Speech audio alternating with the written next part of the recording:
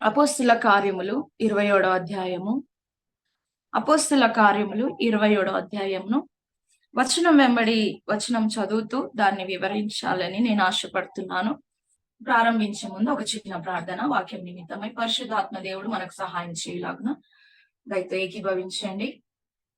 పరిశుద్ధుడా, మా ప్రియ పరలోకపు తండ్రి, ఆశ్చర్యకరుడా, నీకు వందనాలు. నీ నామమును బట్టి స్తోత్రాలయ్యా.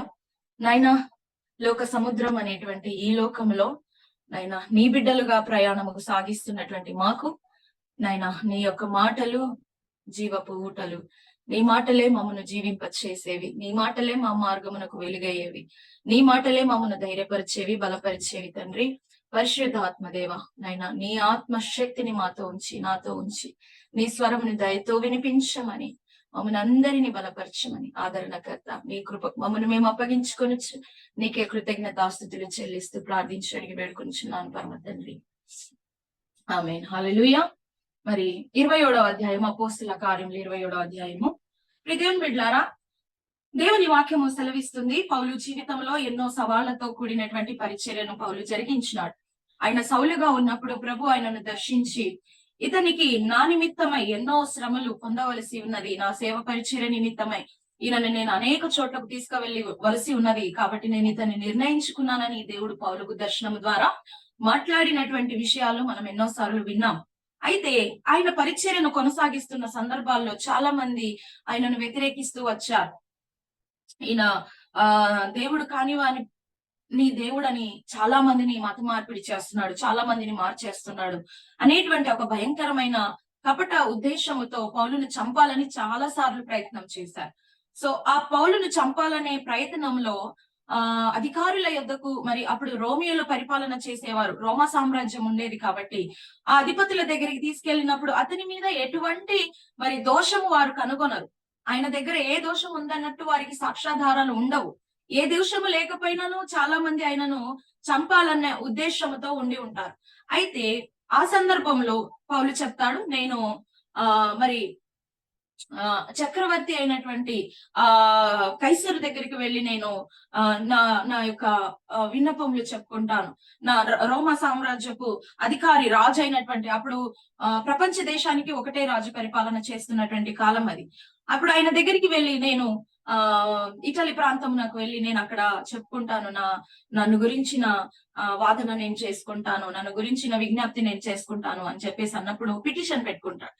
అప్పుడు ఆయనకు కొంతమందిని సైనికులను ఇచ్చి, అదే విధంగా ఆయనతో పాటు ఆ పెద్ద ఇప్పుడు ఫర్ ఎగ్జాంపుల్ మనకు హైకోర్టు అంటే ఈ చిన్న చిన్న కోర్టులలో సాధ్యము కానివి హైకోర్టు వరకు వెళ్తాయి, హై జడ్జి వరకు వెళ్తాయి, సుప్రీం కోర్టు వరకు వెళ్తాయి. ఓకే, సుప్రీం కోర్టు అంటే మన దేశానికి అంతటికి న్యాయము చేసేది సుప్రీం కోర్టు. ఆ సుప్రీం కోర్టు యొక్క అధిపతి అంటే జడ్జ్ ఎవరైతే ఉంటారో ఆయన చాలా ప్రాముఖ్యమైనటువంటి వాడు. అయితే ఇప్పుడు మనము ఎగ్జాంపుల్ గా మనం అర్థం చేసుకోవాల్సినటువంటి విషయము ఏంటంటే, ఇప్పుడు పౌలు ఎట్లయితే ఆ రాజు దగ్గరికి వెళ్తానంటున్నాడు, సుప్రీం కోర్టుకు అనుకుందాం, సుప్రీం కోర్టుకు వెళ్ళి నేను పిటిషన్ పెట్టుకుంటాను, అక్కడ నా వాదన నేను చేసుకుంటాను, నేను నా విజ్ఞాపన చేసుకుంటానని సుప్రీం కోర్టు పెట్టుకున్నాడు. ఎందుకంటే మన దేశానికి ఇప్పుడు సుప్రీం కోర్టు పెద్దది కాబట్టి.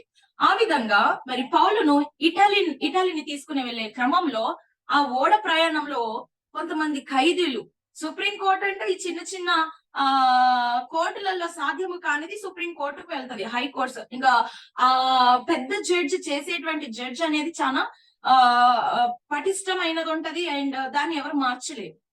సో ఆయన దగ్గరికి తీసుకువెళ్ళేటువంటి విచారణలో ఉన్నటువంటి భయంకరమైన ఖైదీలు అనమాట. ఆ భయంకరమైనటువంటి ఖైదీలను, అంతేకాకుండా కొంతమంది రోమా సైనికులను వారికి ఇచ్చి మరి పౌలును తీసుకొని వెళ్తా ఉంటారు.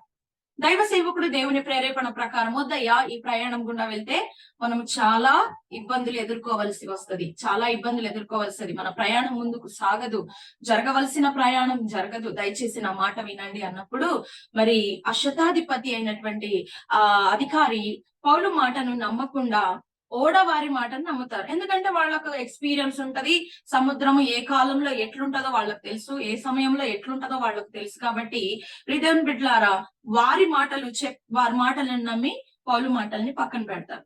అయితే దైవ సేవకునికి దేవుడు ముందే ప్రేరేపించినాడు, దర్శించినాడు, చెప్పినాడు, ఈ ప్రయాణంలో ఎన్నో ఇబ్బందులు వస్తాయని చెప్పినప్పుడు మరి వీరు వినకుండా ముందుకు వెళ్తా ఉన్నారు. కాబట్టి ప్రియ దేవుని బిడ్డలారా, వారు చాలా సమస్యలను ఎదుర్కొన్న పరిస్థితి వచ్చింది. 14వ వచనం, కొంచెము సేపైన తర్వాత ఊరకులోను అను పెనుగాలి క్రేతు మీద నుండి విసిరెను. దానిలో ఓడ చిక్కుకొని గాలి ఎదురు నడవలేక పోయినందున ఎదురు నడిపించుటమాని గాలికి కొట్టుకొని పోతిమి. దేవుని బిడ్డలారా, ఒక సందర్భం వచ్చింది. ఆ సందర్భంలో భయంకరమైనటువంటి ఒక పెనుగాలి, ఒక పెను తుఫాను ఆ సముద్రంలో అలజడి రేపడం మొదలు పెట్టింది. ఆ పెనుగాలికి ఆ సముద్రపు అలలు ఎంతెంతో పైకి ఎగిసిపడుతున్నప్పుడు ఓడ ఇటు అటు దొర్లుతూ ఏమి చేయాలో అర్థం కాని పరిస్థితుల్లో మరి వాళ్ళు దానికి ఎదురు వెళ్ళలేక ఆ గాలి ఎటు కొడితే అటు ఆ పడవను పోనివ్వడం ప్రారంభించారు. గాలి ఎటు కొడుతుందని మనం అర్థం చేసుకోగలం. దానికి ఇష్టం వచ్చిన రీతిగా కొట్టుకొని పోతుంది. ఇప్పుడు మనము ఒక అడుగు వేస్తే ఆ అడుగు వేయలేని పరిస్థితుల్లో ఒకవేళ మనము చాలించుకుంటే, ముందుకు వెళ్లే పరిస్థితిని చాలించుకుంటే ఆ పడవ ఎట్లయితే ఆ గాలికి కొట్టుకొని పోతుందో, ఎక్కడికి వెళ్ళిపోతుందో, దానికంటూ ఒక గమ్యం ఉండదు, దానికంటూ ఒక గురి ఉండదు, ఎక్కడికో వెళ్ళిపోతుంది. ఎక్కడ ఉంటామో ఎక్కడ తేలుతామో కూడా అర్థం కాని పరిస్థితిలో ఇప్పుడు వాళ్ళు ఉన్నారు. వారి గురి మారిపోయింది, వారి గమ్యము మారిపోయింది, వారి మార్గము కూడా తప్పిపోయింది. ప్రియ దేవుని బిడ్డలారా, చాలా సార్లు మన మందిరాల్లో కూడా దైవ సేవకులైనటువంటి వారు చాలా విషయాల్లో గద్దిస్తా ఉంటారు. ప్రభు ప్రేరేపణను బట్టి మరి దైవ సేవకులు వాక్యము ద్వారా లేదంటే మాటల ద్వారా కొన్ని విషయాలను మన కుటుంబాల నిమిత్తమై, మన క్షేమము నిమిత్తమై, అయ్యో వద్దయ్యా, నాన్న వద్దమ్మ, చాలా విషయాలను వారు గద్దిస్తా వస్తారు. కానీ మనము ఈ లోకపు ఆలోచన ప్రకారము, లేదంటే మన జ్ఞానము ప్రకారము, లేదంటే స్నేహితుల ఆలోచన ప్రకారము, మనకు తెలిసినటువంటి ఆలోచన ప్రకారం మనకు ముందుకు వెళ్ళడానికి ప్రయత్నం చేస్తా ఉంటాం.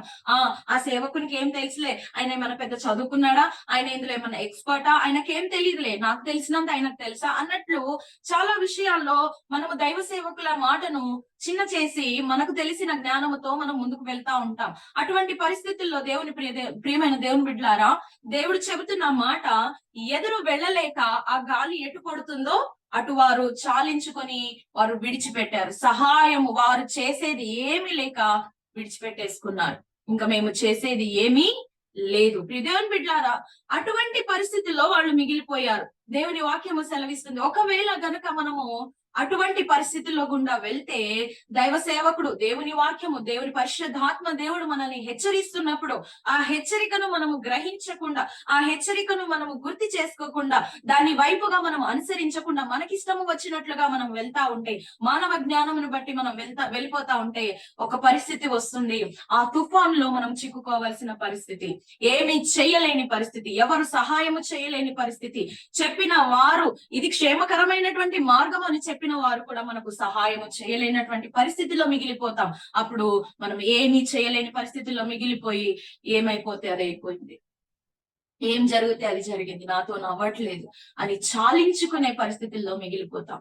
అప్పుడు ఆ పరిస్థితి ధాటికి, లేదంటే ఆ వచ్చినటువంటి పరిణామ ఆ యొక్క శోధన పరిస్థితికి అది ఎక్కడ మనల్ని తేలుస్తుందో, మనల్ని ఎక్కడి వరకు తీసుకెళ్లి విడిచిపెడుతుందో మనకు తెలియదు. ప్రియదేవుని బిడ్డ, మనకు తెలియదు. చాలా మంది లోకంలో ఇప్పుడు అదే భయంకరమైనటువంటి పరిస్థితుల్లో ఉంటున్నారు. ఇష్టము వచ్చినట్టుగా వారి జీవితాలను కొనసాగిస్తున్నారు. పెద్దల మాటను, దేవుని మాటను గ్రహించక, దేవుని వాక్యమును లెక్క చేయకుండా ఇష్టము వచ్చినట్లుగా వారి జీవితాలను ముందుకు తీసుకొని వెళ్ళి ఒకానొక పరిస్థితుల్లో ఏమి చెయ్యలేని నిస్సహాయ స్థితిలో చాలించుకుంటున్నటువంటి పరిస్థితులు. ఆ శోధన చిట్ట చివరికి ఎక్కడికి మిగులుస్తుందంటే ఒక గురి లేని, గమ్యం లేని ఒక జీవితాన్ని మిగులుస్తున్నట్లుగా చూస్తా ఉన్నాం. వీరేమి చేయాలో తెలియక గాలి ఎటు కొడితే అటు వెళ్ళిపోతుందట ఆ పడవ. ఇప్పుడు చెప్పాడు దైవ సేవకుడు, వద్దయ్యా, ఈ మార్గం గుండా వద్దయ్యా, ఇబ్బందులు వస్తాయ్యా, పరిస్థితులు వస్తాయ్యా. అయితే దేవుని బిడ్డలారా, దేవుని కృప, దేవుని సేవకుడు ఆ పడవలో ఇంకా ఉన్నాడు. హల్లెలూయా. దేవుని సేవకుడు ఆ పడవలో ఉన్నాడు. అయితే వాళ్ళు ఎన్నో సమస్యలను ఎదుర్కొంటున్నారు. వారి పడవలో ఉన్నటువంటి ఆహారాన్ని, వారి పడవలో ఉన్నటువంటి ఎంతో విలువైనటువంటి సామాగ్రిని, రవాణా చేస్తున్నటువంటి విలువైన సామాన్లను తీసి పడేయవలసిన పరిస్థితి వస్తుంది. ఎన్నో శోధనలు, ఎన్నో పరిస్థితుల గుండా వెళ్తా ఉన్నారు. చాలా సార్లు మనం కూడా మన సొంత నిర్ణయాలతో ముందుకు వెళ్ళి చాలా నష్టపోతామండి. దానివల్ల మనకు వచ్చే లాభం ఏమీ లేదు. దేవుని బిడ్డారా, దైవ సేవకుని మాట ఎంత విలువైందో, ఎంత పరిశుద్ధాత్మ దేవుడు ఆ దైవ సేవకుని ద్వారా ఎంతగా మనల్ని హెచ్చరిస్తున్నాడో, ఒకవేళ దాన్ని మనం పాటించకపోతే ఎంత నష్టాన్ని మనము చూడవలసి వస్తుందో ఈ మాటల ద్వారా మనం చూస్తాం. ఒకసారి 18వ అధ్యాయం. పెద్ద గాలి కొట్టినందున మరునాడు సరుకులు పారవేయసాగిరి. 3వ దినమందు తమ చేతులార ఓడ సామాగ్రిని పడవేసిరి. కొన్ని దినములు సూర్యుడైనను నక్షత్రమునైనను కనపడక పెద్ద గాలి మా మీద కొట్టినందున ప్రాణములతో తప్పించుకొందమన్న ఆశ బొత్తిగా పోయెను. వారు బహుకాలము భోజనము లేక ఉన్నందున పౌలు వారి మధ్యన నిలిచి, హృదయం బిడ్లారా, వారు తీసుకున్నటువంటి నిర్ణయం, వారు తీసుకున్నటువంటి ఆలోచన, వారి జ్ఞానము వారిని ఎక్కడ మిగిల్చిందంటే వారి సొంత పడవలోని సామాగ్రిని పడేయవలసిన పరిస్థితి, ఆహారము పడేయవలసిన పరిస్థితి. ఏమి చెయ్యాలో తెలియట్లేదు. ఒకవేళ పడవ తేలికైతే కొంచెం మేము ప్రాణాలైనా దక్కించుకోగలుగుతామేమో, నిలవగలుగుతుందేమో ఈ పడవ అని చెప్పేసి ఏది కనబడితే అది పడేస్తున్నారు, ఏది కనబడితే అది పడేస్తున్నారు. దేవుని బిడ్డలారా, దేవుని మాటను మనం వ్యతిరేకంగా వెళ్తే కనుక మన జీవితమే కానీ, మన పరిస్థితులే కానీ, మన కుటుంబంలో మనం చాలా నష్టపోవలసి వస్తుంది, చాలా నష్టపోవలసి వస్తుంది. దేవుని మాటను మనము తప్పకూడదని ఈ వాక్యము ద్వారా మనం గ్రహించవలసినది ఎంతో ఉంది. దేవుని బిడ్డలారా, వారి చేతులారా ఓడ సామాగ్రిని పడేసినారట, ఓడ సామాగ్రిని పడేసినారు. ఈ పడవ దేవుని బిడ్డలారా మన జీవితమే కావచ్చు, ఈ పడవ మన కుటుంబమే కావచ్చు. దేవుని బిడ్డలారా, ఒక నావికుడిగా నీ జీవితాన్ని, ఒక నావికుడిగా నీ కుటుంబాన్ని నువ్వు ఏ దిశగా తీసుకెళ్తున్నావో ఒక్కసారి ప్రభు సన్నిధిలో గ్రహించవలసిందిగా నేను మనవి చేస్తున్నాను. ఈ పడవ ఎంతో ప్రాముఖ్యమైంది, దేవునికి ఎంతో కావలసిన పడవ. ఈ పడవకు ఒక గురిని పెట్టాడు దేవుడు, ఈ పడవకు ఒక గమ్యాన్ని పెట్టినాడు దేవుడు. దేవుడు పౌలుతో సెలవిస్తాడు, పౌలు, నీవు వెళ్ళి కైసరు ఎదుట నీవు నిలవవలసి ఉన్నది. ఈ పడవకు ఒక గురి ఉందయ్యా, ఈ పడవకు ఒక గమ్యం ఉందయ్యా. మనం ఇష్టము వచ్చినట్లుగా మన జీవితాలను, మన ఆలోచన రీతిలో, దేవుని బిడ్డలారా, నా జీవితాల్లో నేను చాలా సందర్భాల్లో చూస్తాను. నా సొంత ఆలోచనలతో నేను ఎన్నో నష్టపోయాను నా జీవితాల్లో. చాలా సార్లు దేవుడు నాకు దాన్ని చూపించాడు. అప్పుడు నేను చిట్ట చివరికి, ప్రభువా, ఇదిగో నా జీవితం నీ చేతిలో పెడుతున్నా, నువ్వు ఎక్కడికి తీసుకెళ్తే అక్కడికి తీసుకెళ్ళయ్యా, నువ్వు ఎక్కడికి నడిపిస్తే నేను అక్కడికి వస్తానయ్యా అని ఎప్పుడైతే నేను ప్రభు చేతిలో నా జీవితాన్ని పెట్టానో, అనుదినము ఆయన మాటను వింటూ, అనుదినము ఆయన సన్నిధిలో గడుపుతూ, ఇక్కడికి వెళ్ళు, ఇది చేయి, ఈ విషయంలో ఇలా ఉండు, ఈ విషయంలో ఇలా చేయి అని ప్రభు మాటలను నేను వింటా వస్తున్నప్పుడు నా జీవితం ఎంతో సమాధానం, నా జీవితంలో ఎంతో నెమ్మదిని నేను చూడగలుగుతున్నాను, ఎంతో ఆశీర్వాదాన్ని నేను చూడగలుగుతున్నాను. ప్రియదేవుని బిడ్డ, ఈ జీవితం అనే పడవను ప్రభు మాటల వైపు మనము, ప్రభు నడిపింపులో మనము నడిపించాలి. వారి ప్రాణాలు కూడా దక్కుతాయో లేదో ఆశ, వారి ప్రాణాల పైన ఆశ పూర్తిగా పోయిందట, వాళ్ళకి పూర్తిగా పోయింది. మన ఇష్టానుసారమైన జీవితం, మన ఇష్టానుసారమైన జ్ఞానం, మన జ్ఞానం మనల్ని మోసం చేస్తుంది. నిజంగా మన జ్ఞానం మనల్ని చాలా విషయాల్లో మోసం చేస్తుంది. దేవుని వైపు మనము ఆధారపడవలసిన వారమై ఉన్నాం. అయితే అటువంటి పరిస్థితుల్లో ఆ పడవలో ఇంకనూ దైవ సేవకుడు ఉన్నాడు. దేవునికి స్తోత్రం, హల్లెలూయా. ఒకవేళ దేవుడు ఆ పడవను ముంచేయాలనుకుంటే ఏనాడో తన సేవకుని తీసుకొని పోయేవాడు. ఇంకనూ దేవుడు ఆ పడవలో తన సేవకుని ఉంచాడు. దేవుని కృప ఆ పడవలో ఉన్న వారి పైన ఉంది. దేవుని బిడ్డలారా, మరికొన్ని విషయాలు చూద్దాం. పౌలు వారి మధ్యలో నిలిచి, అయ్యలారా, మీరు నా మాట విని క్రేతు నుండి బయలుదేరకుండా ఉండవలసినది, అప్పుడు ఈ హానియో నష్టమును కలగకపోవును. ఇప్పుడైనను ధైర్యము తెచ్చుకొనుడని మిమ్మల్ని వేడుకొనుచున్నాను. ఓడకే గాని మీలో ఎవని ప్రాణమునకును హాని కలగదు. నేను ఎవని వాడనో, ఎవరిని సేవించుచున్నానో ఆ దేవుని దూత గడిచిన రాత్రి నా యొద్ద నిలిచి, సౌలా, భయపడకుము, నీవు కైసరు ఎదుట నిలవవలసి ఉన్నది. ఇదిగో నీతో కూడా ఓడలో ప్రయాణమైపోవచ్చిన వారిని అందరినీ దేవుడు నీకు అనుగ్రహించి ఉన్నాడని నీతో చెప్పెను. హల్లెలూయా, హల్లెలూయా. దేవుడు తన సేవకుని ఆ పడవలో ఉంచాడు. అభయంకరమైన పరిస్థితుల్లో దేవుని సేవకుని దేవుడు అక్కడ ఉంచాడు. ప్రియదేవుని బిడ్డలారా, దేవుడు తన సేవకుని దర్శించి మాట్లాడుతున్న మాట, పౌలు, భయపడకు, నేను నీకు తోడై ఉన్నాను. ఇదిగో నీవు ఒక గమ్యం చేరవలసి ఉన్నది, నీవు ఒక చేయవలసిన పని ఉన్నది. నీవే కాదు కానీ నీతో పాటు ఈ పడవలో ఉన్న అందరినీ నేను నీ చేతికి అప్పగించాను. హల్లెలూయా. నాన్నగారు ఒక్కొక్కసారి చాలా సందర్భాల్లో చెప్తా ఉంటారు, ఒక దైవ సేవకుడే కానీ, దేవుని నమ్మిన ఆత్మీయ బిడ్డ ప్రయాణం చేస్తున్నటువంటి బస్సే కానీ, రైలు ప్రయాణాలే కానీ, విమానాలే కానీ ఎన్నో సార్లు ప్రమాదాల నుండి తప్పించబడినట్లు చాలా సాక్ష్యాలు ఉన్నాయండి. చాలా సాక్ష్యాలు ఉన్నాయి. దేవుడు ఒక్కొక్కసారి తన దైవ సేవకుని కంట ఆ ఒక ప్రాంతానికి వెళ్ళవలసి వచ్చినప్పుడు బస్ వచ్చిందట. బస్ వచ్చినప్పుడు దేవుడు చెప్తున్నాడట, వదిలే దీన్ని విడిచిపెట్టే, ఇది పోని వేరే బస్సులో ఎక్కువ అని దేవుడు తన దాసునికి చెప్తున్నాడట. ఇంకో బస్సులో వెళ్దామన్నట్లు ఆ దైవ నాన్నగారు మరి ఆ బస్ ఎక్కకుండా ఇంకో బస్ కోసము ఆగి ఇంకో బస్సులో వెళ్తా ఉంటే, దేవుని బిడ్డలారా కొద్దిగా ముందుకెళ్ళిన తర్వాత చూసిన పరిస్థితి ఏంటంటే, ఆ బస్సు ముందే ఎక్కాలనుకున్నటువంటి బస్సు పోయి ఒక చెట్టుకు గుద్దుకుని మరి ఎన్నో గాయాలు, ఎన్నో ప్రమాదాలు మరి ఆ బస్సులో ఉన్న వారికి జరిగినట్టుగా కనబడుతా ఉంది. తన దైవ సేవకుని ఆ ప్రాంతంలో ఉంచినాడంటే దాని విషయమైన గుర్తింపు, దాని విషయమైనటువంటి కారణం ఏంటంటే ఆ పడవలో ఉన్నవారు కాపాడబడాలి. హల్లెలూయా, హల్లెలూయా. దేవుని బిడ్డలారా, మన జీవితం అనేటువంటి ఈ పడవ ప్రయాణంలో, కుటుంబం అనే పడవ ప్రయాణంలో దేవుడు ఒక నమ్మకమైన దైవ సేవకు ఉంచినప్పుడు దయచేసి ప్రియ దేవుని బిడ్డలారా, ఆయన మాటను మనము వినాలి. దేవుని స్వరమును విని ఆయన మనకు తన స్వరాన్ని వినిపించేవాడై ఉంటున్నాడు. అయితే దేవుడు పౌలును బట్టి వారిని అందరినీ రక్షించినట్లుగా చూస్తున్నాం. వీరిని అందరినీ నీ చేతికి అప్పగిస్తున్నాను పౌలు, భయపడకండి, భయపడకు, నీకొక గురి ఉంది, నీకొక గమ్యం ఉంది. హృదయం బిడ్డలారా, మన జీవితం అనే పడవకు ఒక గమ్యం ఉంది. మన జీవితం అనే ఒక నావకు గురి ఉంది. మన కుటుంబం అనే పడవకు ఒక గమ్యం ఉంది, గురి ఉంది. ఆ కుటుంబంలో భార్య పిల్లలే కావచ్చు, వారి పట్ల దేవునికి ఒక ఉద్దేశం ఉంది. నీ పట్ల దేవునికి ఒక ప్రణాళిక ఉంది. దేవుడు నీవు ఇష్టానుసారంగా వెళుతున్నప్పటికీ తన కృపను చూపి, తన దైవ సేవకుని ద్వారానో తన ప్రేమను చూపేయడానికి దేవుడు అనేక సార్లు మనకు అవకాశం ఇస్తున్నాడు.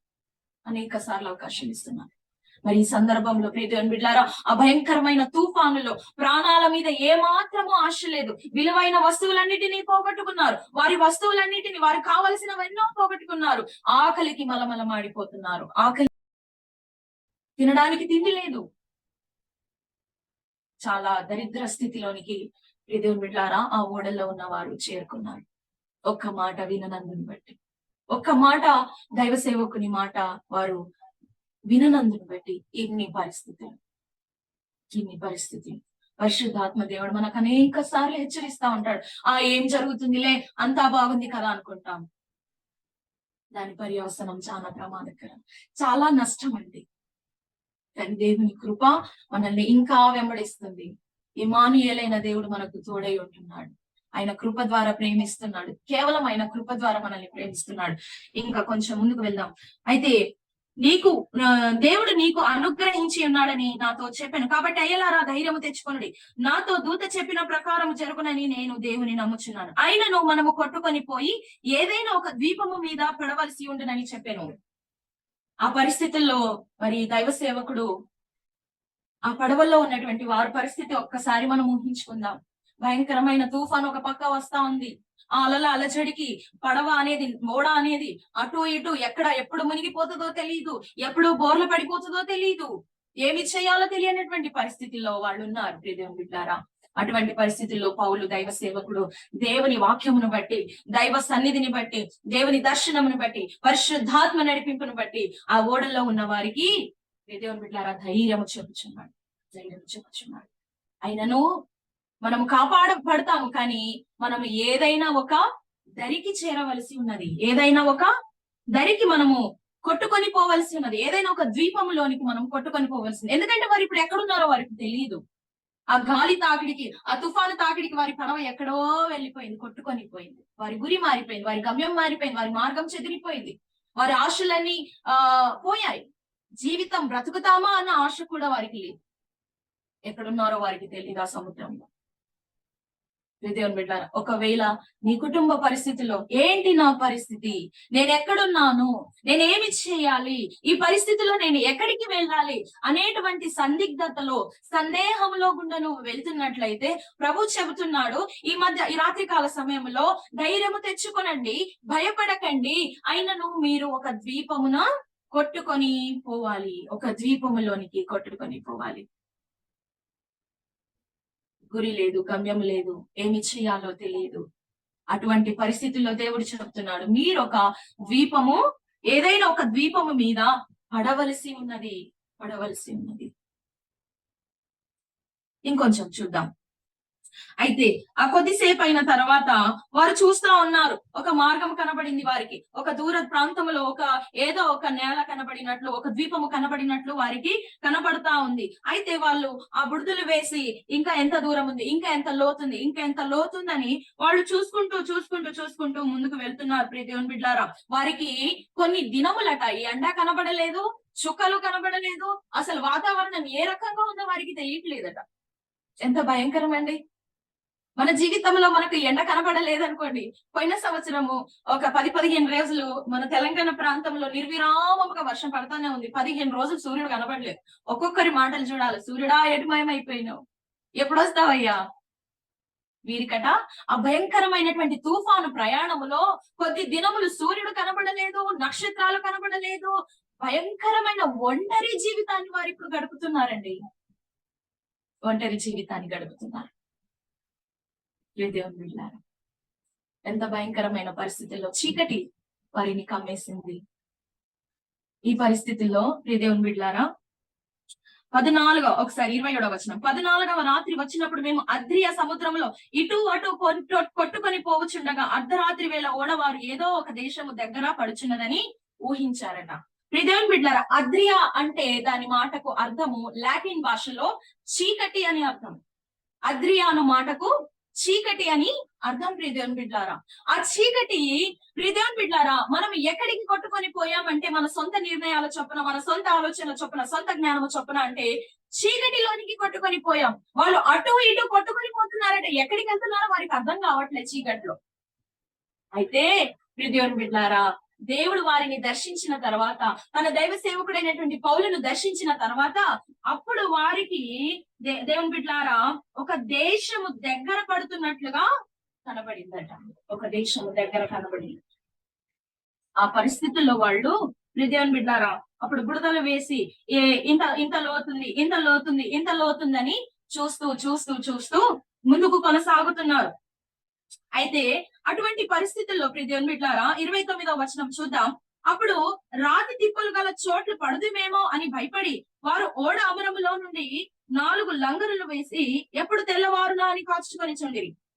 అయితే ఓడ విడిచి పారిపోవాలని చూచి తాము అణివిలో నుండి లంగరు వేయబోచున్నట్లుగా సముద్రములో పడవ దింపివేసిరి. అందుకు పౌలు, వీరు ఓడలో ఉంటేనే గాని మీరు తప్పించుకొనలేరని శతాధిపతితోనో సైనికులతోనో చెప్పెను. దేవుని బిడ్డలారా, ఒక పరిస్థితుల్లో వారు ఎక్కడైనా పోయి మేము రాతి దిబ్బల పైన పడతామేమో, ఓడ పోయి రాళ్ళల్లో ఇరుక్కుపోతుందేమో, అందులో మేము చెదిరిపోతామేమో, కొట్టుకొని చచ్చిపోతామేమో అని చెప్పేసి భయపడి ఓడను నడిపించే నావికులట ఆ చిన్న పడవలు, ఆ తెడ్డలు వేసుకొని కిందికి దించుకొని అందులో నుండి తప్పించుకొని పోవడానికి ప్రయత్నం చేస్తున్నారు. ఓడ నావికులు, ఓడను నడిపించేవారు తమ ప్రాణాలను కాపాడుకోవాలని ఆ ఓడలో నుండి తెడ్డలు వేసి వారు తాళ్లతోని దింపి తప్పించుకోవాలని ప్రయత్నం చేస్తున్నారు. దాన్ని చూచిన పౌలు సైన్యాధిపతికి, మరి అంతేకాకుండా శతాధిపతికి సైన్యముతో వారితో చెప్తున్న మాట ఏంటంటే, అయ్యా వీరు గనక ఒకవేళ వెళ్ళిపోతే ఈ పడవ ముందుకు సాగదు, ఈ పడవలో ఉన్న వారు తప్పించుకోరు, వారు కావాలి, మనకి ఈ ఓడను నడిపించేవారు కావాలి. చాలా మంది ఎన్నో శోధనలను బట్టి, ఎన్నో ఇబ్బందులను బట్టి చాలించుకుంటారండి. నేను తాళలేను. మా కాలేజ్ లో ఒక మేడం ఉంటారు. ఆ మేడం చాలా సార్లు బాధపడతారు ఒక విషయాన్ని బట్టి. ఏంటంటే వారి తండ్రి చప్పా చేయకుండా ఇంట్లో నుంచి వెళ్ళిపోయాడు. ఇంట్లో నుండి వెళ్ళిపోయాడట. ఎందుకు వెళ్ళిపోయాడంటే ఇంట్లో పరిస్థితులు, అప్పుల బాధకు ఎట్లా తీర్చాలి, ఈ ఇంటి భారాన్ని ఎట్లా కొనసాగించాలి. ఇంటిని నడిపించే తండ్రియే అలా చాలించుకొని వెళ్ళిపోతే ఆ ఇంటి పరిస్థితి ఏంటండి, ఆ కుటుంబం పరిస్థితి ఏంటండి. చాలా మంది ఇటువంటి భయంకర పరిస్థితులకు నిర్ణయాలు తీసుకుంటున్నారండి. నేనేమి చేయాలి, ఈ కుటుంబాన్ని నేను ఎట్లా నడిపించాలి, ఈ పరిస్థితిని నేను ఎట్లా ముందుకు తీసుకెళ్ళాలి, చాలించుకొని మరి ఆ పడవ నుండి తొలగిపోవడానికి ప్రయత్నం చేస్తున్నారు. ఆ పడవ ఏమైపోను, ఆ పడవలో ఉన్న వారు ఏమైపోను, ఆ పడవలో ఎంతో మంది ఉన్నారే, తల్లి ఉంది, తండ్రి ఉన్నాడు, పిల్లలు ఉన్నారు, భార్య ఉంది, ఎంతో మంది ఉన్నారే. చాలించుకొని వారి ప్రాణాలను దక్కించుకోవడానికి దేవుని బిడ్డలారా ఆ పడవను వెళ్ళిపోతున్నారట. వారి మార్గం వారు చూసుకుంటున్నారట. ఈ భయంకరమైన పరిస్థితి చాలా సంఘాల్లో కూడా కనబడుతుందండి. ఈ సంఘంలో నాకు సరిగా లేదు, ఈ కాపరి ఎప్పుడు గద్దింపు మాటలే చెప్తాడు, ఈ కాపరి నాకు ఎప్పుడు సరిగ్గా మాట్లాడాడు, ఈ కాపరి నన్ను ఈ రకంగా నేను అనుకున్న విధంగా నాకు అనుకూలంగా లేడు, నాకు అవకాశాలు ఇవ్వట్లేదు. ఇదేనా? ఇది కాకపోతే వేరే సంఘం. ఎన్ని సంఘాలు లేవు. దేవుని బిడ్డలారా, ఈ ఓడ, ఈ పడవ మన జీవితానికి, మన కుటుంబానికే కాకుండా ఒక సంఘానికి కూడా సాదృశ్యంగా ఉంది. నడిపించవలసినటువంటి వారే, దేవుని బిడ్డారా, ముందుకు కొనసాగించవలసినటువంటి వారే తప్పించుకోవాలని చూస్తే ఆ ఓడ పరిస్థితి ఏంటి? ఇక్కడ పౌలు అదే చెప్తున్నాడు. అందుకు పౌలు, వీరు ఓడలో ఉంటేనే గాని మీరు తప్పించుకొనలేరని శతాధిపతితోనూ సైనికులతోనూ చెప్పాను. మీరుండాలి ఓడలో తప్పనిసరిగా. కుటుంబమును నడిపించే వారముగా, మన జీవితాలను నడిపించుకునే వారముగా మనం ఉన్నప్పుడు దేవుని బిడ్డలారా ఉండాలి. మనం ఉండాలి. ప్రభు సహాయాన్ని కోరాలి. మనం దేవుడు నడిపిస్తాడు, దేవుడు మనల్ని బలపరుస్తాడు. తన దైవ సేవకుని ద్వారానో, తన వాక్కునో ఏదో ఒక రకంగా మనల్ని ముందుకు నడిపిస్తాడు. ఒక గొప్ప వ్యక్తి, బిజినెస్ మ్యాన్ ఒక ఆయన అంటాడు, చాలా మంది వారి కష్టాలను, వారి పరిస్థితులను ఈ రోజు వరకు తట్టుకుంటారు, రేపటి వరకు తట్టుకుంటారు, రేపు రాత్రి సూసైడ్ చేసుకుంటారట. సక్సెస్ కోసం ఎంతో ప్రయత్నం చేస్తారు, ఎన్నో శ్రమల్ని, ఎన్నో బాధల్ని, ఎన్నో శోధనల్ని తట్టుకుంటారు. ఈ రోజు తట్టుకుంటారు, రేపు తట్టుకుంటారు, రేపు సాయంత్రము చనిపోతారట. సక్సెస్ అనేది మరో రాత్రి తెల్లారే ఉంటదట. మన జీవితాన్ని కూడా ఇంకెన్నాళ్ళు అనుకుంటాము, కానీ ఆ ఎన్నాళ్ళు అనేటువంటి విసుగు కలిగించే మరో కొద్ది రోజుల్లోనే, మరోసటి రోజే చాలా దగ్గరలో మనకు ఆ సక్సెస్ అనేది, దేవుని ఆశీర్వాదం అనేది, ఆ శోధనలను మనము జయించవలసినటువంటి పరిస్థితి అనేది దగ్గరగా ఉన్నప్పుడే శోధన ఎక్కువైపోతుంది. మనకి పరిస్థితి ఒత్తిడి చేసేస్తుంది. కానీ ప్రభు సహాయంతో మనం నిలబడగలము. ప్రభు ధైర్యపరిచేవాడు, ప్రభు మనల్ని సమాధానం ఇచ్చేవాడు, ప్రభు మనకు ఆ పరిస్థితిలో నిలబడగలిగిన శక్తిని ఇచ్చేవాడు. ఆ ఓడలో వీళ్ళుంటేనే కానీ తప్పించుకొనలేము. దేవుని బిడ్డలారా, ఓడ నావికులు ఓడకి ఎంతో అవసరం. దేవుని బిడ్డలారా, మరికొన్ని మాటలు చూద్దాం. వెంటనే ఆ సైనికులు తప్పించుకోవాలని చూసినటువంటి ఓడ నావికుల తాళ్లను తెంచేస్తారు. మరి అందులోనికి వారిని రాణిస్తారు. దేవుని బిడ్డలారా, ఆ విధముగా వారు ప్రయాణమైపోవచ్చుంటుండగా, ఇదిగో 33వ వచనం నుండి చూద్దాం. తెల్లవారుచుండగా, దేవుని బిడ్డలారా, దేవునికి స్తోత్రం. అప్పుడు తెల్లవారుతుంది, చీకటి గతించింది, వెలుగు ఉదయిస్తుంది. హల్లెలూయా. శోధనలో మనము కనుక నిలబడగలిగితే, అపవాది అంటాడు, ఇంకా చాలే, ఇంకెంత, ఇంకా కాదు, నీవు పోలేవు, నువ్వు చేయలేవు, నీవు గురి చేరలేవు, నీ గమ్యాన్ని చేరలేవు, ఇది నీతోని కాదు, చాలించు, వెళ్ళిపో అని ఎంత శోధన చేస్తుందో, ఆ శోధనలో గనక నిలబడగలిగితే చీకటి గతించును, ఇదిగో వెలుగు ఉదయించునన్న రీతిగా ఆ పరిస్థితి తర్వాత ఎప్పుడైతే ఆ ఓడ నావికులు వారిని నిలువనిచ్చారో, దేవుని బిడ్డారా, మరుసటి రోజు తెల్లవారడము మొదలుపెట్టింది, వెలుగు కలగడం మొదలుపెట్టింది, సూర్యుడు ఉదయించడం మొదలు పెట్టాడు ఆ పడవలోని. తెల్లవారుచుండగా పౌలు 14 దినముల నుండి మీరేమి పుచ్చుకొనక ఉపవాసముతో కనిపెట్టుకుని ఉన్నారు కనుక ఆహారము పుచ్చుకొనడని మిమ్మల్ని వేడుకొనుచున్నాను. ఇది మీ ప్రాణమునకు సహాయమగును. మీలో ఎవరి తల నుండి ఒక వెంట్రుకైనను నశింపదని చెప్పును. ఆహారము పుచ్చుకొనడని అందరికీ బతిమిలాడను. ఈ మాటలు చెప్పి ఒక రొట్టెను పట్టుకొని అందరి ఎదుట దేవునికి కృతజ్ఞతాస్తుతులు చెల్లించి దాన్ని విరిచి తినసాగెను. అప్పుడు అందరూ ధైర్యము తెచ్చుకొని ఆహారము పుచ్చుకొని దేవునికి స్తోత్రం. హల్లెలూయా. వారి జీవితంలో వెలుగు ఉదయించడం మొదలు పెట్టిందండి, తెల్లవారడం మొదలు పెట్టిందండి, చీకటి జీవితం మెల్లమెల్లగా తొలగిపోవడం మొదలు పెట్టిందండి. లోకం అనేటువంటి చీకటి వారి జీవితంలో నుండి మెల్లమెల్లగా దూరం అయిపోవడం మొదలు పెట్టిందండి. భయముతో వారి ప్రాణాలను వారు బిక్కుబిక్కుమంటున్నటువంటి పరిస్థితుల్లో, తిండి లేవు, ప్రాణ భయము వారిలోనికి, ప్రాణ భయము, మరణ భయము వారిని ఆవరించింది. మరణ భయం ఆవరించిన వారి ముఖము చాలా భయంకరంగా ఉంటుందండి, వికారముగా ఉంటుందండి. ఏమి చెప్పినా వారు ధైర్యము పొందలేరు, ముఖములో కలనే మారిపోతుంది. నేను చాలా మందిని చూశాను. ఆ ప్రాణ భయముతో మరణ భయముతో ఉన్న వారిని పౌలు దైవ సేవకుడు ఆ పడవల మధ్యలో నిలబడి, బిడ్డలారా దయచేసి నా మాట వినండి, మీరు చాలా రోజులైంది ఆహారము తీసుకొని, ఇదిగో ఈ ఆహారము తీసుకోండి అని ఒక్కొక్కరికి బ్రతిమిలాడుతున్నాడు. వారందరికీ బతిమిలాడుతూ వారికి దేవుని మాటలను చెప్పి ధైర్యపరుస్తూ వారి మధ్యలో రొట్టెను విరిచినాడట. విరువబడిన రొట్టెను గురించి గతించిన వారము నేను తెలియచేశాను సంఘములో.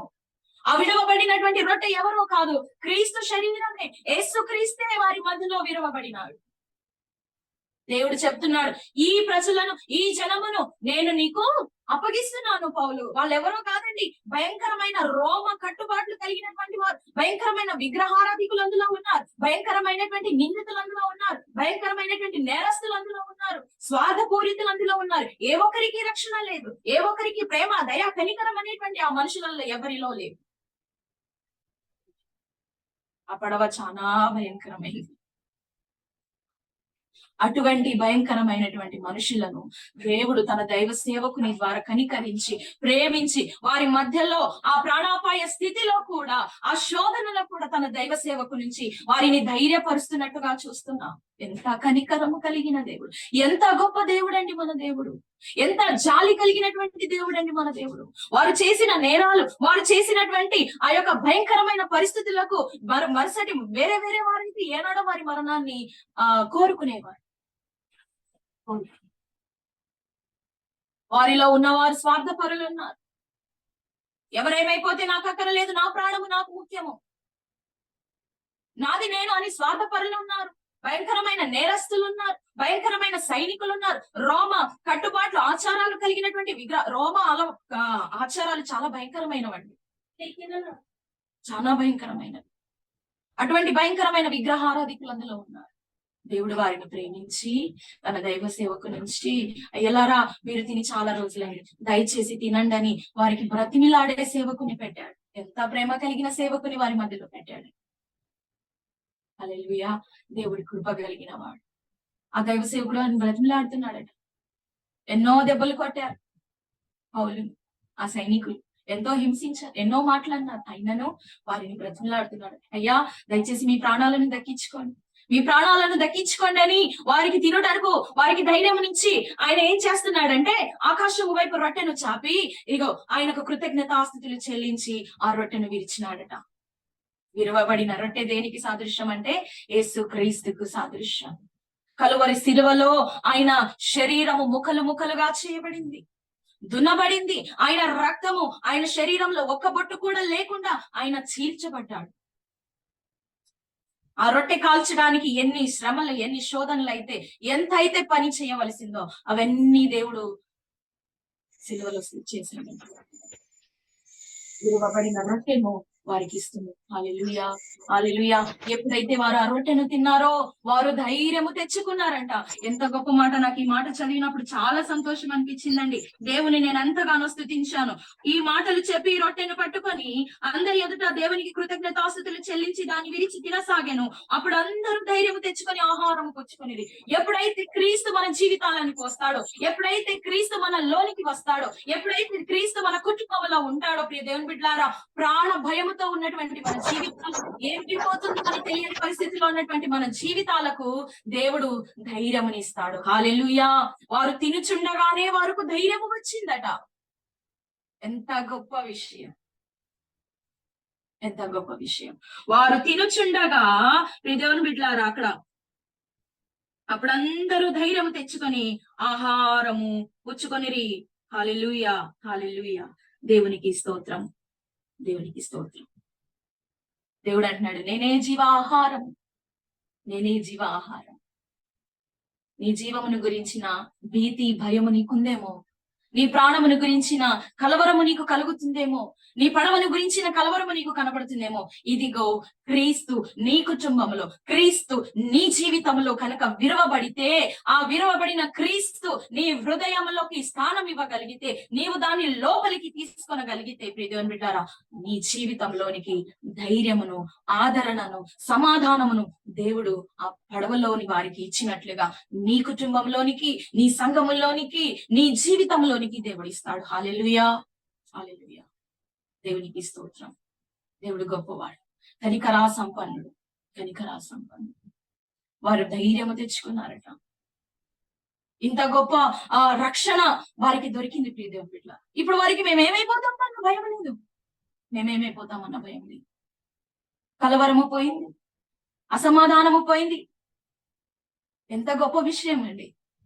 వారు అదే పడవలో ఉన్నారు కదా, అదే సముద్రంలో కొట్టుకొని పోతున్నారు కదా, ఇంకా గమ్యము వారికి కనబడలేదు కదా, అయినను వారు ధైర్యం తెచ్చుకున్నారంటే అది కేవలం క్రీస్తును బట్టే కాదా? హల్లెలూయా. క్రీస్తు మన జీవితంలో ఎంతో ముఖ్యమండి. యేసుక్రీస్తు మన కుటుంబంలో ఎంతో ముఖ్యమండి. యేసుక్రీస్తు లేకుండా మనం ఏమి చేయలేమండి. యేసుక్రీస్తు లేకుండా మనం ముందుకు వెళ్ళలేమండి. చాలా కష్టం, చాలా కష్టం. గురి లేదు, గమ్యం లేని ప్రయాణానికి దేవుడు ధైర్యం ఇచ్చాడు. మరి ఇంకా ముందుకు వెళ్తా ఉంటే ప్రియ దేవుని బిడ్డలారా, మరి కొన్ని పరిస్థితులు వారు ఎదుర్కొంటా ఉంటారు. వారికైతే ధైర్యం వచ్చింది. ఇప్పుడు ఈ పడవ ఏమైపోయినా పర్వాలేదు, మేము ఎక్కడ కొట్టుకొని మునిగిపోయినా పర్వాలేదు, ఇదిగో మేము కన్ను మూసిన మరుక్షణము నా తండ్రి ఎదుట, ఆ క్రీస్తు ఎదుట మేము కళ్ళు తెరుస్తామన్న ధైర్యము వారికి వచ్చింది. ప్రాణ భయము పోయింది వారిలో. హల్లెలూయా, హల్లెలూయా. దేవునికి స్తోత్రం. అయితే వారు ఇంకా ముందుకు వెళ్తా ఉన్నప్పుడు వారికి ఒక దేశము వచ్చినట్లుగా వారికి కనబడింది ప్రియ దేవుని బిడ్డలారా. అయితే అక్కడ వారు 2 ప్రవాహములు, 41వ వచనం, 2 ప్రవాహములు కలిసిన స్థలము చిక్కుకొని ఓడను మెట్టపరిచిరి. అందువలన అవిని కూరుకొని పోయి కదలక ఉండెను. అమరము ఆ దెబ్బకు బద్దలైపోసాగాను. ఖైదీలలో ఎవడనో ఈదుకొని పారిపోకుండానట్లు వారిని చంపవలనని సైనికులకు ఆలోచన పుట్టెను. కానీ శతాధిపతి పౌలును రక్షింపనుద్దేశించి వారి ఆలోచనను కొనసాగనీయక మొదట ఈదగలిగిన వారు సముద్రంలో దుమికి దరికిపోవాలననియు, కడమ వారిలో కొందరు పలకల మీదను కొందరు ఓడ చెక్కల మీదను పోవాలనని ఆజ్ఞాపించెను. ఈలాగు అందరూ తప్పించుకొని దరి చేరిరి. హల్లెలూయా, హల్లెలూయా. ప్రియ దేవుని బిడ్డలారా, 2 మార్గాలు, 2 పాయలు కలిసినటువంటి ఒక పరిస్థితి వారికి ఏర్పడింది. వారి జీవితంలో వారి పడవకు ఒక పరిస్థితి వచ్చింది. ఈ మార్గము గుండా వెళ్ళాలా, ఈ మార్గము గుండా వెళ్ళాలా అనేటువంటి పరిస్థితుల్లో ఆ 2 పాయలు విడిపోయేటువంటి ఆ మధ్య భాగంలో వారు అక్కడ కూరుకొని పోయారట. ఎక్కడికి వెళ్ళలేక పరిస్థితి, అక్కడ ఆగిపోయింది వారి పడవ. అక్కడ కూరుకొని పోయి ఆ దెబ్బకు ఆ పడవ బదలైపోయిందట. ఆ పడవ ఏమైపోయింది? బదలైపోయింది. ఆ బదులైపోగానే ఆ సైనికులకు ఒక ఆలోచన వచ్చిందట. ఇక్కడ ఉన్న ఇందులో ఉన్న నేరస్తులు ఎక్కడికైనా తప్పించుకొని పోతారేమో, వారు ఎక్కడికైనా వెళ్ళిపోతారేమో అన్న భయముతో వాళ్ళను చంపేయాలి. దేవుని బిడ్డలారా, రోమా సైనికులకు ఒక భయంకరమైనటువంటి కట్టుబాటు ఏంటంటే, ఎవరైనా సైనికులు తప్పించుకునే పరిస్థితి వచ్చినప్పుడు ఆ సైనికులను చంపేయాలి. పౌలు శీలలు మరి ఫిలిప్పిలో ఉన్నప్పుడు, చెరసాలలో ఉన్నప్పుడు, ఆ చెరసాల భూకంపము ద్వారా బద్దలైనప్పుడు ఆ సైనికుడు కూడా వారిని చంపాలని వస్తాడు. లేదంటే ఆయననే చచ్చిపోవాలనుకుంటాడు. ఎందుకో వాళ్ళు తప్పించుకుంటే శిక్ష ఎవరికి? ఆ సైన్యాధికారికి మరణ శిక్షే. కాబట్టి వీళ్ళు కాపాడుకోవడానికి వీళ్ళని చంపాలి ఇప్పుడు. అయితే దేవుడు ఆ ఆలోచనను కొనసాగనివ్వలేదు. చాలా సందర్భంలో ఇటు అటు సతమతం అయిపోతా ఉంటాం. ఇక్కడ వెళ్ళాలా, ఇది చేయాలా, దేవుని మాట వినాలా, శరీరం మాట వినాలా, మన జ్ఞానం ప్రకారం వెళ్ళాలా, లోకానుసారంగా వెళ్ళాలా, దైవికంగా వెళ్ళాలా అనేటువంటి ఆలోచనలు చాలా సార్లు మనల్ని సతమతపరుస్తా ఉంటాయి. నా జీవితంలో నేను చాలా సార్లు చూస్తున్నాను. లోకపు మాటలు వినాలా, దేవుని వాక్యం వైపు వెళ్ళాలా? దేవుని బిడ్డారా, అటు శోధనలో నేను ఆశ్రయించేది కేవలం దేవుని మాత్రమే. ఆయన నాకు నెమ్మదినిస్తాడు, ఆయన నాకు ఆదరణ ఇస్తాడు, ఆయన నాకు సమాధానాన్ని ఇస్తాడు. దేవుడు నాకు అది నేర్పించాడండి. దేవునికి స్తోత్రం. ఆ తాగిడికట ఆ పడవ బద్దలైపోయిందట. ఎటు వెళ్ళలేక ఆ పడవ అనేది బద్దలైపోయింది. ఆ సమయంలో వారిని చంపాలని మరణదూత వారిని ఆవరిస్తున్నప్పుడు దేవుడు ఆ సైన్యాధికారి ద్వారా వారిని అందరినీ కాపాడినాడు. దైవ సేవకుని కాపాడవలసిన ఒక ఆలోచనతో వారిని అందరినీ కాపాడినాడు. అయితే ఆ పరిస్థితుల్లో చెప్తున్నారు, ఆ సముద్రంలో మునిగిపోతున్నటువంటి వారిని ఆ సైన్యాధికారి చెప్తున్నాడు, అయ్యలారా, మీరు ఈద కలిగినటువంటి వారు ఇదిగో ఈ దగ్గరనే ఉంది, మనకొక ఒడ్డు కనిపిస్తుంది, మనకొక ప్రాంతం కనిపిస్తుంది, కాబట్టి అక్కడికి ఈదుకోవడం వెళ్ళవలసిన వారు, వెళ్ళగలిగిన వారు ఈదుకుంటూ వెళ్ళండి, లేదంటే చక్కల పైన వెళ్ళగలిగిన వారు చక్కల పైన వెళ్ళండి, ఈదలేని వారు చక్కల పైన వెళ్ళండి, బదలైపోయినటువంటి ఆ పడవ చెక్కల పైన వెళ్ళండి. వారు అలాగే వెళ్ళారండి. హల్లెలూయా, హల్లెలూయా. దేవునికి స్తోత్రం. దేవుని కృప ఆ దైవ సేవకుని బట్టి వారిని ఎంతగా కాపాడుతుందంటే, ఆ పడవలో ఉన్న ప్రజలను దేవుడు ఆ ప్రజల పట్ల తన కృపను, తన ప్రణాళికను ఏర్పరచుకున్నాడు కదా. ఎంత గొప్ప దేవుడు మన దేవుడు, ఎంత గొప్ప దేవుడు మన దేవుడు. వారు సామాన్యులు కాదండి, భయంకరమైన నేరస్తులండి వాళ్ళు. అటువంటి పరిస్థితుల్లో దేవుని బిడ్డలారా, ఈదగలిగిన వారు, విశ్వాసముతో బలపడిన వారు ఈదగలుగుతారండి. శ్రమల్లో, శోధనలో ఈదగలుగుతారండి. క్రీస్తుల్లో స్థాపించబడినటువంటి ఈదగలుగుతారండి. అయితే ఎవరైతే ఇంకా విశ్వాసం బలపడలేదో వారు చెక్కల పైన వారి ప్రాణాలను వెళ్ళిపోయి అక్కడ ఒడ్డుకు చేరుకున్నారు. ఆ చెక్క యేసుక్రీస్తు సిలువే. హల్లెలూయా. ఆ కర్ర ఎవరో కాదు, ఆ బద్దలైన చెక్క ఎవరో కాదు, క్రీస్తు సిలువే. నువ్వు ఈదలేకపోతున్నావా? క్రీస్తు సిలువ దగ్గరికి రా. నువ్వు ముందుకు కొనసాగలేకపోతున్నావా? ఏమి చేయాలో అర్థం కావట్లేదా? ఎటు తోచని పరిస్థితుల్లో నువ్వు కూలిపోయావా? దేవుని బిడ్డలారా, దేవుడు చెప్తున్నాడు, ఆయన సిలువను ఆశ్రయించు, ఆ సిలువ పైన అనుకో. ప్రయాసపడి భారం మోస్తున్న సమస్త జనులారా నా యొద్దకు రండి, నేను మీకు విశ్రాంతినిస్తాను. ఆయన మనకు విశ్రాంతినిచ్చేవాడు. ఎవరైతే ఈదలేని వారు ఉన్నారో ప్రియమైన దేవుని బిడ్డలారా, ఇదిగో ఈ చెక్కల పైన ఆనుకొనండి, ఇవి మిమ్మల్ని ఒడ్డుకు చేరుస్తాయి. దేవుడు చెప్పాడు, అయినను మీరు ఏదో ఒక ద్వీపము మీద వెళ్ళి పడవలసి ఉన్నది. వస్తది శ్రమ, వస్తది కష్టము, అయినను మీరు ఏదో ఒక దీపము పైన వెళ్ళి పడవలసి ఉన్నది. ఈ 28వ మొదటి వచనం చూద్దాం. మేము తప్పించుకొనినను తర్వాత ఆ దీపము మెలితే అని తెలుసుకోండి. వీరు వెళ్ళినటువంటి ఆ అలజడికి తప్పించుకొని చేరుకున్నటువంటి ఆ దేశము, ఆ ద్వీపము ఏంటంటే మెలితే అని దేవుని వాక్యము సెలవిస్తుంది. ముందు వారికి తెలియలేదు, కానీ అక్కడికి వెళ్ళిన తర్వాత వారు తెలుసుకున్నారు అది మెలితే అనే ద్వీపం. ద్వీపం అంటే ఏంటండి? చుట్టూ నీళ్లు ఉంటాయి, మధ్యలో భూభాగం ఉంటుంది. చుట్టంతా నీళ్లు ఉంటాయి, మధ్యలో మాత్రమే కొంచెము భూభాగం ఉంటుంది. దాన్ని ద్వీపం అంటారు. ఈ లోకం అనే సముద్రంలో మనము చేరుకోవలసినటువంటి ఒక భూభాగాన్ని దేవుడు ఏర్పరిచినాడు. మనం ఆనుకోవలసినటువంటి ఒక గమ్యాన్ని దేవుడు ఏర్పరిచినాడు. మనం ఆశ్రయించవలసినటువంటి ఒక స్థలాన్ని దేవుడు ఏర్పరిచినాడు. బిడ్డలారా, మెలితే అను మాటకు అర్థం ఏంటంటే రెఫ్యూజ్. హల్లెలూయా. రెఫ్యూజ్ అంటే ఆశ్రయము. హల్లెలూయా, హల్లెలూయా. వారు ఎక్కడికి కొట్టుకొని వచ్చారట? ఆశ్రయములోనికి కొట్టుకొని వచ్చారు. దేవునికి స్తోత్రం, దేవుని నామానికి మహిమ కలుగును. వారు అక్కడికి వెళ్ళవలసి ఉన్నదని దేవుని ప్రణాళిక. అయినను మీరు ఒక ద్వీపము మీద వెళ్ళి పడాలి, అప్పుడే మీరు కాపాడబడతారు, అప్పుడే మీరు రక్షించబడతారు. దేవుని బిడ్డలారా, ఎంతో గొప్ప శ్రమ చీకటి వారిని ఆవరించింది, మరణ భయము వారిని ఆవరించింది. ఎంతో నష్టపోయారు, ఎన్నో సమస్యలు చూస్తారు, ఎంతో కష్టపడుతున్నారు, ఎన్నో దెబ్బలు కూడా తిన్నారండి ఆ అలల తాకిడికి. అటువంటి పరిస్థితిలో దేవుడు తన సేవకుని ఆ ఓడ ప్రయాణంలో ఉంచి వారిని కాపాడి ఒక ధరికి వారిని చేర్చి ఒక దీపములోనికి వారిని చేరనట్లుగా దేవుడు సహాయం చేశాడు. ఆ దీపము పేరే ఆశ్రయము. 91వ కీర్తన చెబుతుంది కదా, ఏమని ఉందో ఒకసారి చదువుదాం. 91వ కీర్తన. దావీదు దేవుని ఆశ్రయ దుర్గముగా చేసుకున్నాడండి. ఎన్నో విషయాల్లో దావీదు చెప్తున్నాడు, దేవా నీవే నా ఆశ్రయ దుర్గమని, నేను నిన్ను ఆశ్రయించానని, నిన్ను ఆశ్రయించినప్పుడు నేను నెమ్మది పొందానని, నిన్ను ఆశ్రయించినప్పుడు నేను బ్రతకగలిగినానని దావీదు ఎన్నో సార్లు దేవుని స్తుతించినట్లుగా చూస్తున్నాం. ఆయన మన ఆశ్రయ దుర్గము కాడా? మనల్ని చేర్చుకున్న ఆశ్రయం ఆయన కాడా? దేవుని బిడ్డలారా, 91వ కీర్తన చాలా మందికి నోటెడ్ ఉంటుంది ఇది. మహోన్నతిని చాటున నివసించు వాడే సర్వశక్తిని నీడను విశ్రమించును, ఆయనే నాకు ఆశ్రయము, నా కోట, నేను నమ్ముకొని నా దేవుడు. దావీదు చెప్తున్నాడు, ఆయనే నాకు ఆశ్రయం. మెలితే అను మాటకు అర్థము ఆశ్రయం. వారికి ఒక ఆశ్రయాన్ని దేవుడు ఇచ్చినాడు. ఆశ్రయ దుర్గం ఎవరో కాదు, క్రీస్తే. వారిలోనికి క్రీస్తు వచ్చాడు, వారిని చేర్చుకున్నాడు క్రీస్తు. ఎప్పుడైతే వారు దేవుని చేర్చుకున్నారో దేవుని బిడ్డలారా, అప్పుడు వారిని దేవుడు చేర్చుకున్నాడు. వారు దేవుని ఆశ్రయంలోనికి వెళ్ళారు. ఆ మెలితే దీపంలో ఉన్నటువంటి వారు, వారికి చేసిన మర్యాద, వారికి ఇచ్చినటువంటి కంఫర్ట్, వారిని చూసుకున్నటువంటి విధానము ఇంత అంత కాదని పౌలు సెలవిస్తున్నాడు. వారి కష్టమును మర్చిపోయేటందుగా వారు ప్రేమించినారంట అండి. ఎంత గొప్ప విషయం. అడవి ప్రజలు, అనాగరికులు అయినను ఎక్కడి నుండో కట్టుకొని పోయినటువంటి ఈ 256 ప్రజలను, ఆ ఓడలో ఉన్నటువంటి వారు 256, ఒకరు ఇద్దరు ముగ్గురు కాదు, 256 మనుషులలో ఏ ఒక్కరూ మరణించలేదు, ఏ ఒక్కరి తల వెంట్రుకైనను రాలలేదు. హల్లెలూయా. దేవుడు ఎంత గొప్పవాడు. వారికి ఆశ్రయం ఇచ్చినాడు దేవుడు. వారి శోధనల గుండా వెళుతున్న వారికి వెలుగును దయచేసి తన దైవ సేవకుని ఆ ఓడ ప్రయాణంలో ఉంచి, ఆ పడవ ప్రయాణంలో ఉంచి వారిని తన ఆశ్రయంలోనికి దేవుడు తీసుకుని వెళ్ళాడు. ఆశ్రయం ఇచ్చాడు.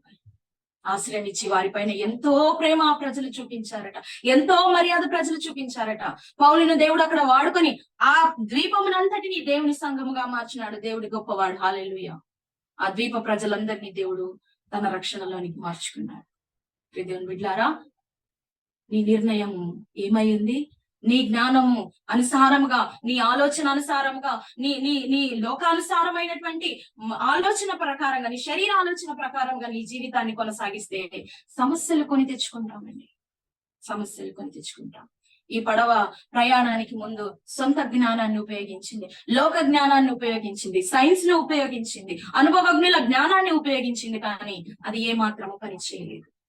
కానీ చివరికి క్రీస్తే వారికి ఆశ్రయం అయినాడు. దేవునికి స్తోత్రం. హల్లెలూయా. ఆ క్రీస్తే మనకు ఆశ్రయం. నీ జీవిత పడవపు నావలో, నీ కుటుంబ పడవ నావలో, ప్రయాణంలో ఎన్నో సమస్యలు, ఎన్నో పరిస్థితులు ఉండొచ్చు. ఇదిగో క్రీస్తును మనము మన కుటుంబంలో నిలబెట్టుకోవాలి. మన జీవితంలోనికి క్రీస్తును ఆహ్వానించి ఆయన మనకు ఆశ్రయదుర్గం ఉంటాడు.